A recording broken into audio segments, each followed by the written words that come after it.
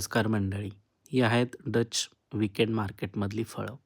Strawberry, द्राक्ष किंवा असंख्य प्रकारची विविध फळं जगभराच्या कानाकोपऱ्यातनं आणून ती संबंध नेदरलँडमधल्या सुपरमार्केट, ओपन मार्केट आणि युरोपातल्या इतर बाजारपेठांमध्ये विकणं हा डच व्यापाऱ्यांचा आणि फळ विक्रेत्यांचा आवडता छंद. त्यांची चिकाटी आणि जिज्ञासा याला सलामी. वर्षभर प्रत्येक फळ आपल्या दुकानामध्ये उपलब्ध असणं, आपल्या बास्केटमध्ये उपलब्ध असणं किंवा त्यासाठी उपलब्धीसाठी अ अतूट प्रयत्न करणं, ह्या त्यांच्या जिद्दीला अतिशय सलाम.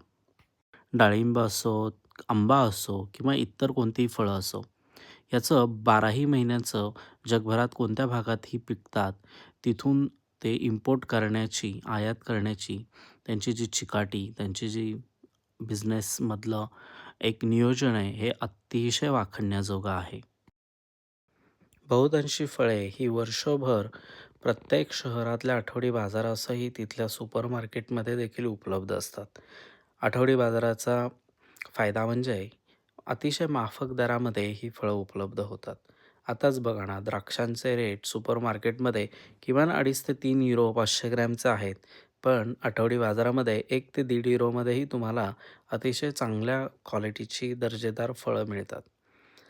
ही सारी फळं आणि भाजीपाला वर्षभर आपल्याकडे उपलब्ध ठेवण्यामध्ये मला डच शेतकरी आणि व्यापारी यांच्यातली असीम पराकाष्ठा आणि एक चिकाटी दिसून येते. इथला कोणताच शेतकरी ना व्यापारी मी फार कमी प्रमाणात ढेरपोट्या पाहिलाय. यावरूनच ते किती मेहनती आहेत याचाही अंदाज येतो.